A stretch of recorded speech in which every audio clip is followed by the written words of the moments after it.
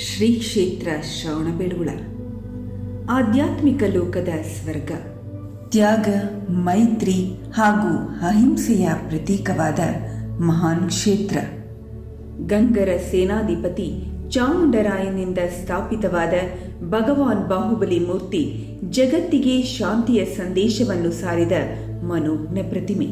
ಗಂಗ ವಂಶದ ರಾಜರಿಂದ ಒಳಗೊಂಡು ಮೈಸೂರು ಅರಸರವರೆಗೂ ರಾಜ ಮನ್ನಣೆಯನ್ನು ಪಡೆದ ಮೇರುದರೆ.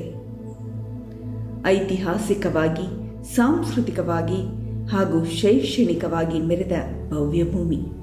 ಇಂತಹ ಪುಣ್ಯಕ್ಷೇತ್ರದಲ್ಲಿರುವ ಪರಮ ಪವಿತ್ರ ಸ್ಥಳ ಗುರುಪೀಠದ ಸಮಾಧಿಸ್ಥ ಶ್ರೀಗಳ ನಿಶಿದಿ ಬೆಟ್ಟ. ಈ ಕ್ಷೇತ್ರದಲ್ಲಿ ಸುಮಾರು 2300 ವರ್ಷಗಳ ಪೂರ್ವದಿಂದಲೂ ಜೈನ ಶ್ರಮಣರು ಆತ್ಮಕಲ್ಯಾಣಕ್ಕಾಗಿ ಅರಸಿ ಬಂದು ಈ ಪವಿತ್ರ ತಾಣದಲ್ಲಿ ಮರಣದ ಮಹಾನವಮಿಯನ್ನು ಕಂಡಿದ್ದಾರೆ.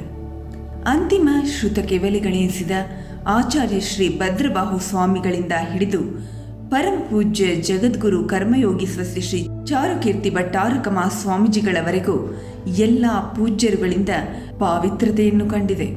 ಶ್ರೀಮಠದ ಪರಂಪರೆಯಂತೆ ಶ್ರೀಪೀಠವನ್ನು ಅಲಂಕರಿಸಿ ಧರ್ಮ ಕಾರ್ಯದಲ್ಲಿ ತೊಡಗಿ ಮುಂದೆ ಆತ್ಮಕಲ್ಯಾಣದ ಹಾದಿಯಲ್ಲಿ ಸಾಗುತ್ತಾ ಸಮಾಧಿ ಮರಣವನ್ನು ಹೊಂದಿದ ಎಲ್ಲ ಪೂಜ್ಯ ಭಟ್ಟಾರಕ ಸ್ವಾಮೀಜಿಗಳ ಚರಣಪಾದುಕೆಗಳನ್ನು ಭಟ್ಟಾರಕ ನಿಶಿದಿ ಬೆಟ್ಟದಲ್ಲಿ ಸ್ಥಾಪಿಸಿ ಸ್ಮರಣೆ ಮಾಡಲಾಗುತ್ತದೆ.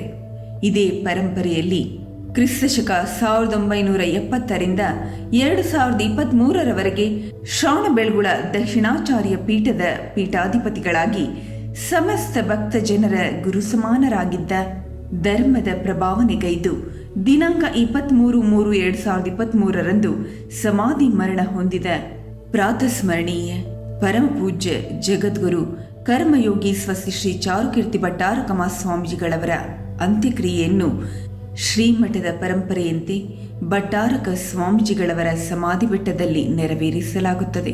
ಅದೇ ಸ್ಥಳದಲ್ಲಿ ಶಿಲಾಮಯ ನಿಶಿದಿ ಮಂಟಪವನ್ನು ಸ್ಥಾಪಿಸಿ ಅಲ್ಲಿ ಪೂಜ್ಯರ ಶ್ರೀ ಚರಣಪಾದುಕೆಗಳನ್ನು ಪ್ರತಿಷ್ಠಾಪಿಸಿ ಸ್ವರ್ಣ ಶಾಸನ ಲೋಕಾರ್ಪಣೆ ಕಾರ್ಯಕ್ರಮವು ಡಿಸೆಂಬರ್ 6, 2024ರಂದು ಬೆಳಿಗ್ಗೆ 9 ಗಂಟೆಗೆ ಸರಿಯಾಗಿ ಸಮಸ್ತ ಮಠಗಳ ಸ್ವಸ್ತಿ ಶ್ರೀ ಭಟ್ಟಾರಕ ಸ್ವಾಮೀಜಿಗಳವರು ಹಾಗೂ ವಿವಿಧ ಮಠಗಳ ಪೂಜ್ಯ ಶ್ರೀ ಸ್ವಾಮೀಜಿಗಳವರ ದಿವ್ಯ ಸಾನ್ನಿಧ್ಯದಲ್ಲಿ ಜರುಗಲಿದೆ. ಈ ಗುರುಭಕ್ತಿಯ ಕಾರ್ಯಕ್ರಮಗಳಲ್ಲಿ ನಾಡಿನ ಸಮಸ್ತ ಶ್ರಾವಕ ಶ್ರಾವಕಿಯರು, ಭಕ್ತ ವೃಂದದವರು, ಶ್ರವಣಬೆಳಗೊಳದ ಜನತೆ ಹೆಚ್ಚಿನ ಸಂಖ್ಯೆಯಲ್ಲಿ ಪಾಲ್ಗೊಂಡು ಪುಣ್ಯಭಾಗ್ಯಗಳಾಗಬೇಕಾಗಿ ವಿನಂತಿಸಲಾಗುತ್ತದೆ. ನಿನ್ನ ಅಡಿಗಡಿಗೆ ಶಿರವವಾಗಿ ಮುಕ್ತಿಪಥದ ಬೋಧೆಯನ್ನು ತಡಮಾಡದೆ ನೀ ನೀಡೋ ತನಕ ಬಿಡುವೆನೇನಯ್ಯ ಗುರುವೆ, ಬಿಡುವೆನೇನಯ್ಯ ಸದ್ಗುರುವೆ, ಬಿಡುವೆನೇನಯ್ಯ.